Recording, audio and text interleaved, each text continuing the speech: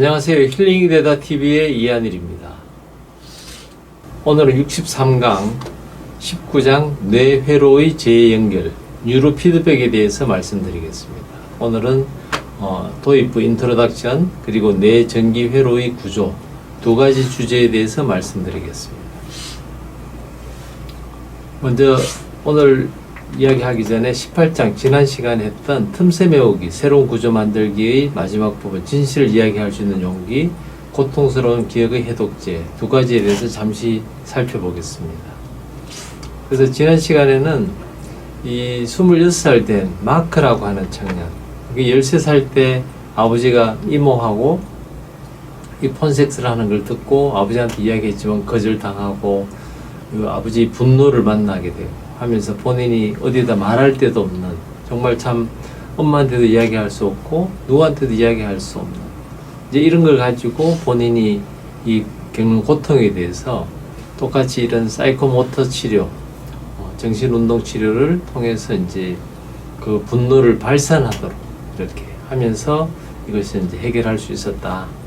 그래서 이 18장에서는 우리가 마리아라고 하는 필리핀 여성의 케이스 그리고 마크라고 하는 이 두 청년에 대해서 이걸 보면서 결국은 이 과거에 가졌던 이런 그런 감정들을 이 3차원적인 어떤 가상의 인물들을 이렇게 실제로 내세워서 이렇게 직접 과거로 돌아가서 다시 한번 해결하면서 이상적인 아버지, 이상적인 엄마, 이상적인 이모를 체험하게 하면서 새로운 이제 내면의 지도를 그릴 수 있었고 이런 것들이 결국 해독제로서 그런 고통스러운 과거를 해결할 수 있었다.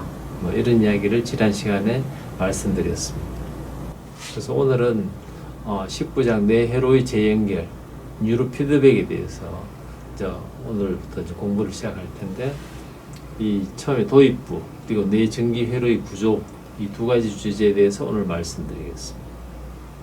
먼저 나다니엘 호손이라고 하는 미국의 유명한 그 소설가죠.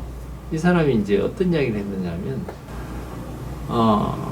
정말 이 세상이 어떤 정기적으로 이것이 연결이 되면 정말 짧은 시간, 브레스리스 포인트 오브 타임으로 아주 찰나의 순간에 정말 수천 마일까지 이렇게 우리가 연결이 된다는 거거든요. 정기적으로. 그 당시에는 아마 전기라는 것이 그렇게 없었던 시절일 텐데도 이 사람은 아마 그걸 이해를 했던 것 같아요. 세상의 모든 물질들이 정기적으로 뭔가 연결이 되어 있다. 또 윌리엄 제임스라고 하는 이 심리학자 이분은 이제 뭔가 이렇게 볼런터리 브링 백이라는 게 의지적으로 자꾸 이렇게 내가 집중을 하다가 또 이렇게 집중을 못하고 딴 거 하는데 자꾸 의지적으로 내가 저걸 자꾸 보려고 자꾸 반복하면 이게 자꾸 오버 앤드 오버 어게인 자꾸 반복을 하게 되면 그것이 이제 어떤 판단을 하거나 본인의 성격이 되거나 어떤 의지를 만드는데 굉장히 핵심이다. 그러니까 내가 처음에는 그 능력을 못 갖고 있어도 자꾸 의지적으로 뭔가를 자꾸 할 수 있도록 자꾸 집중을 하는 이제 훈련을 하게 되면 이 가능하다는 겁니다. 이것이 소위 말하는 이제 뉴로 피드백의 어떤 개념을 가지는데 굉장히 중요하다. 이제 이 말씀을 드릴 수 있습니다. 그래서 도입부는 콜크 박사가 이제 의과대학 다녔을 때 아주 이렇게 의과대학 젊었을 때죠. 그 당시 이제 보스턴에 와서 이 주립 그 병원에서 이제 본인이 아르바이트를 한 거죠. 이렇게 수면 연구소에서. 그러면서 소위 말하는 이제 이지를 체험할 수 있었다. 그러니까 참 이걸 보면서 미국의 의과대학 다니고 이렇게 하는 사람들이 방학 때는 미국 의과대학이 학비도 비싸기도 하지만은 미국의 학생들은 그런 아르바이트를 하면서 본인이 용돈을 벌어 쓰고 하면서도 그냥 물론 카페에 가서 알바를 하든지 이렇게 막노동을 할 수도 있지만 이런 의과대학생이니까 이런 이지를 체험하면서 했던 경험들이 결국 나중에 본인이 정신과 의사가 되고 환자들을 볼 때도 굉장히 중요한 역할을 했다. 그래서 그런 EEG라는 건 그 뇌파 검사를 하는 장비거든요. 그러니까 본인이 이제 의과대학 학생이고 뇌파를 잘 모르지만 어쨌든 이 실험을 하려면 어네스트 하트만이라고 하는 사람이 이제 슬립 레버러터리, 그러니까 수면에 대해서 그 당시에 벌써 연구를 많은 사람들이 했었으니까 수면에 대해서 잠자는 동안에 뇌파가 어떻게 움직일까 하는 것에 대해서 했고, 특히 이제 중요한 것이 Rapid Eye Movement, 우리가 소위 말하는 이제 렘 수면, 렘 수면이라고 하는 것은 우리가 수면이 가장 깊은 단계에 들어가면 눈동자도 되게 편안하게 안 움직일 것 같은데 오히려 그때 눈동자가 막 움직인다는 거예요. 이제 그런 사인들이 뇌파에서 나타나게 되면 그 사람을 깨워서 너 무슨 꿈을 꾸길래 지금 뇌파가 이렇게 렘 수면 단계에서 넌 어떤 꿈을 꿨느냐, 이런 것들을 이제 기록했다는 거예요. 그래서 32개의 펜이라는 거는 뇌파를 우리 몸에 여러 군데 이렇게 꼽다 보면 각각에서 나오는 전기적인 신호를 32개의 채널로 이렇게 기록을 해서 뇌의 각 부분에서 나오는 것들, 그리고 이렇게 램이라고 하는 것은 Rapid Eye Movement, 눈동자가 돌아가니까 눈 주위에도 이제 이 전기 이걸 연결해 가지고 이것이 막 움직이게 되면 이 사람은 오히려 깊은 수면에 도달했구나, 이걸 알 수가 있거든요. 그때 우리가 이제 꿈도 꾸고 이런 걸 우리가 알 수 있으니까 그때 이제 사람을 깨워서 너 지금 무슨 꿈을 꿨느냐 하고 이제 기록하고, 그래서 수면과 렘 수면 당시 또 뇌파 이런 것들에 대해서 이제 의과대학생 때 벌써 이제 콜크 박사는 경험을 할 수 있었다. 그래서 아마 이 콜크 박사가 이런 의과대학 다녔을 때 이런 경험들이 결국은 정신과를 하게 되지 않았을까, 뭐 이런 이제 추측을 하게 됩니다. 그래서 이제 본인은 이제 이렇게 야구 중계 밤에 어쨌든 본인이 깨어 있어야 되니까, 그러니까 밤을 새우고 일을 해야 되는 좀 쉽지 않은 일이긴 하지만 어쨌든 젊은 나이니까 그런 아르바이트 하면서 이제 용돈도 벌어 쓰고 학비도 이제 벌어 쓰고 하는 그런 단계니까 그때 이제 벌써 렘 수면에 대해서 본인이 개념을 가지고 있어. 그러면서 이제 이렇게 일들을 했다는 거거든. 그렇지만은 이제 사실은 그걸로 뭔가 이렇게 환자들한테 막 적용하고 이런 거 하기에는 사실은 좀 쉽지 않았다. 그래, 이제 연구라는 단계하고 그것이 임상에 실제로 적용하는 것까지는 또 아직 시간이 필요하니까, 단지 그런 것들로 인해서 뇌파하고 렘 수면하고 이 수면에 대한 여러 가지 것들이 이제 데이터가 모이기 시작했다는 거거든요.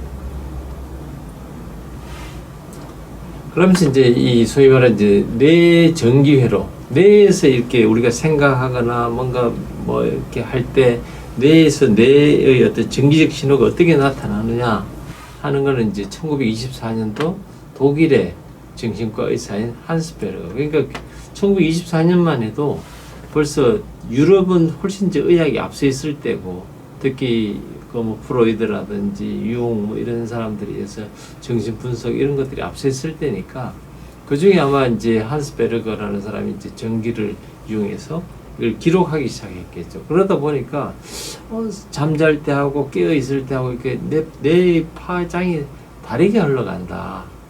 그리고 이제 그런 것들이 행동에 따라서, 예를 들어 정신과 환자의 행동과 뇌의 패턴과 그 다음에 일반인들이 그런 것들이 다르다, 이런 것들을 기록해요.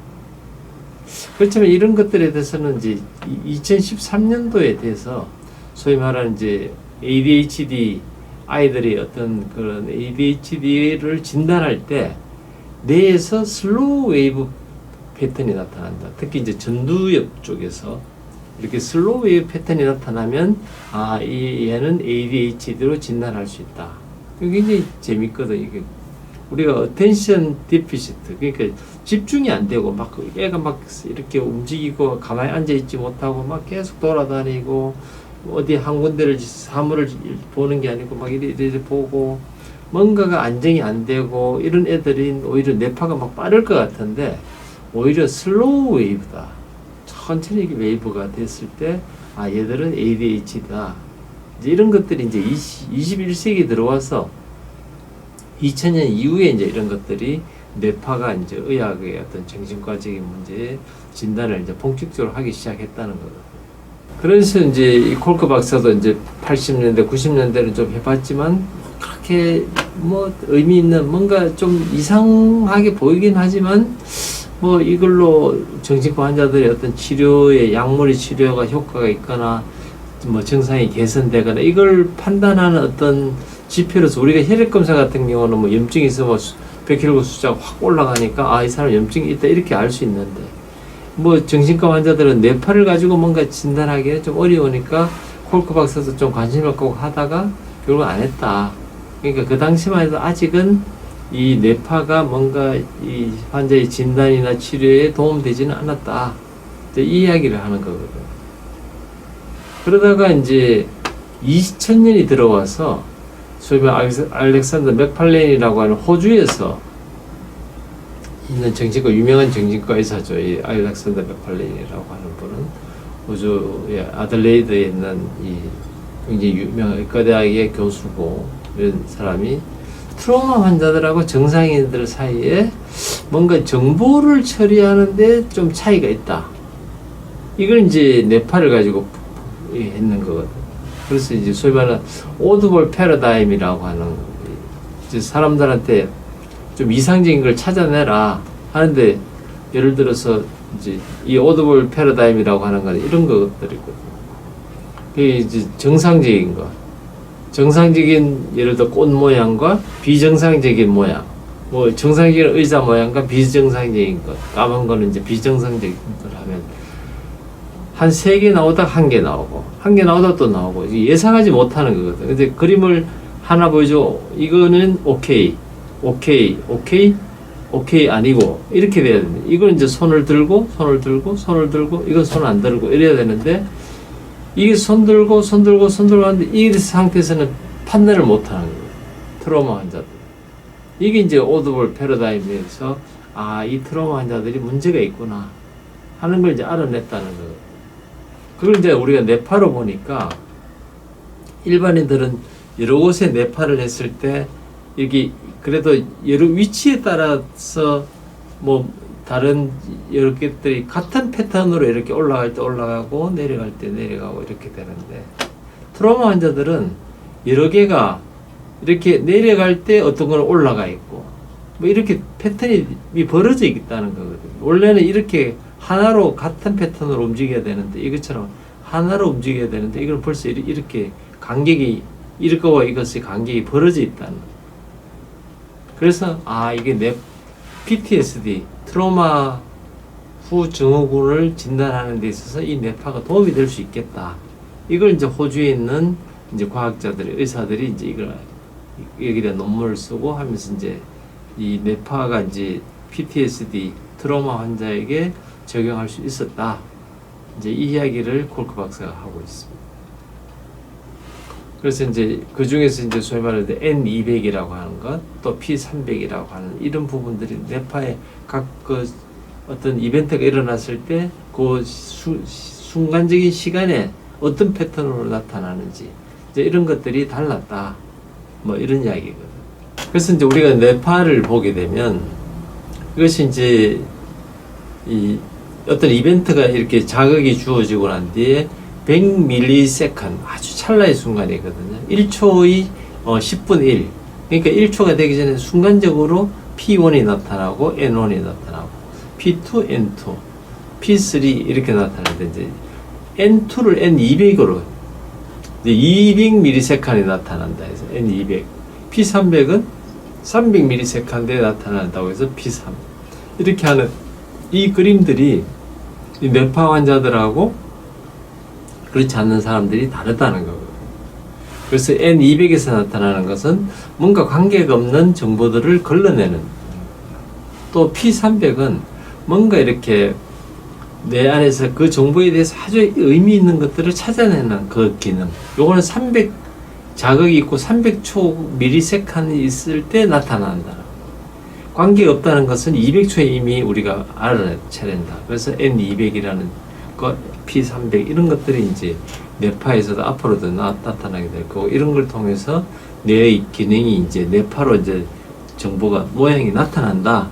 이제 이걸 이야기하는 거거든요. 그래서 이제 이 맥팔레인, 알렉산더 맥팔레인, 알렉산더 샌디 맥팔레인, 이제 이름이 이제 알렉산더, 그 다음 샌디 맥팔레인, 같은 사람인데, 이제 그래서 알렉산더 맥팔레인의 연구 결과를 보면, 자넷이 했던 것처럼, 이 트라우마 환자들은 현재를 살아가지 못한다. 그래서 우리가 이제, 더 허트로크라고, 저도 봤던 영화인데, 이라크에서 이제 막 누가 폭발물을 설치해 놓으면 누군가 이제 가서 폭발물을 해체해야 되거든. 근데 이 지금 터지면은 뭐 본인이 암만 방호복을 해도 그 엄청난 폭발이 일어나면 이제 죽는 거니까 이 사람도 이제 앞에 선임자가 죽었기 때문에 그 부대로 배치가 되는 그 사람이 되는 거예요. 그 폭탄을 하나 이제 해체를 해서 폭탄을 이제 안 터지게 이제 만들어 놓는 이 역할을 하는 사람인데 그 역할은 정말 잘하는데 일상에 이제 그 계약 기간이 끝나고 미국 본토로 와서 이제 슈퍼마켓에 갔을 때 이걸 사야 될지 말아야 될지 이 결정을 못 하는 거예요. 아까 이야기한 이제 오드볼 패러다임처럼 정상 비정상을 딱 보고 판단할 수 있어야 되는데 일상의 삶에서는 이게 집중력이 안 된다. 그러니까 미군들이 이제 돌아왔을 때 다시 대학을 가고 사회에 적응할 수 있도록 도와줘도 실제로는 이 사람들이 학위를 끝까지 못 마친다. 거의 한 80% 너무 이상은 학위를 못 마친다는 거예요. 그 미국에서는 이 군인에 대해서 대우를 잘해주니까 갔다 와서는 대학에 다시 등록해서 공부를 하고 전문직으로서 가질 수 있도록 도와주는데도 불구하고 그런 트라우마가 있으면 일상에 살면서 이 집중을 못하고 공부를 못한다. 이제 이렇게 이야기하는 거예요. 이제 이런 상황에서 콜크 박사가 본 거는 뭔가 이런 뇌파의 패턴을 무엇으로 바꿀 수 있을까? 결국은 이 트라우마 환자가 되면 뇌파의 패턴이 바뀌는데 이 바뀐 패턴을 원래의 패턴으로 어떻게 하면 바꿀 수 있을까? 이제 고민을 하다가 이 콜크 박사가 이제 결국은 이제 고민을 계속 하고 있으면 어딘가 이제 답을 찾게 마련인 거죠. 그래서 2007년에 이제 서번 피셔라고 하는 이 의사를 만났는데 이 사람은 이제 개인 클리닉을 운영하는데 이 사람 클리닉에서는 뉴로 피드백으로 이제 치료를 한다는 거예요. 그러면서 이 뉴로 피드백을 어떻게 하는지를 이제 보여주면서 이제 10살짜리 애가 어떤 정말 이렇게 이 분노, 극심한 분노, 발작, 또 학습 장애 이런 것들이 있는 애를 뉴로 피드백을 해보니까 굉장히 잘 되더라. 이제 이런 이야기를 이제 듣고 본인이 클리닉에 가서 한번 보자. 그러면서 이제 이런 짧은 시간에 이 애에 대해서 그 그림을 이제 보여줬다는 거고. 그래서 처음에는 막 이렇게 한 3살 정도밖에 안 되는 지적 장애가 있었지만 한 20번 정도. 이제 일주일에 한 3번 정도. 혹은 뭐 예능 같으면 이제 5주 동안에 20번을 했으니까 일주일에 4번 정도를 했겠죠. 그런 뉴로 피드백으로 치료를 하니까 이게 이제 확실히 좋아졌다. 그리고 이제 또 한 10주가 지났을 때, 한 40번 정도 뉴로 피드백을 하니까 거의 뭐 정상처럼 바뀌었다. 그게 이제 완전 드라마틱한, 완전 획기적인 변화거든. 그래서 한번 자기한테 오면 한번 보여주겠다 하니까 그 이제 가서 본 거거든. 이게 이제 처음에 왔을 때 10살짜리 애가 그린 그림축을 너무 조잡한 그림인데, 이걸 한 20번 정도 이 뉴로 피드백을 하고 나서 이렇게 그림이 좀, 그래도 좀 정교해지고, 또 20번을 더 했더니만 이제 10살짜리에 맞는 그런 그림을 그릴 수 있었다. 이제 이게 뉴로 피드백의 그 획기적인 이제 치료 효과다. 이제 하면서 이제 콜크 박사가 뉴로 피드백에 대한 이제 이야기를 시작을 하는 거고. 그러면서 이제 이 뉴로 피드백을 통해서 앞으로 많은 케이스들도 다루게 될 거고, 어떻게 이런 것들이 생기고, 어떻게 만들어지고, 어떻게 훈련하는지, 이런 내용들을 앞으로 다루게 될 겁니다. 그래서 다음 64강에서는 이 뉴로 피드백의 2번째 시간, 그래서 뇌의 조화 상태를 눈으로 확인하다, 또 뉴로 피드백의 탄생, 이 2가지 주제에 대해서 말씀드리도록 하겠습니다. 시청해 주셔서 고맙습니다.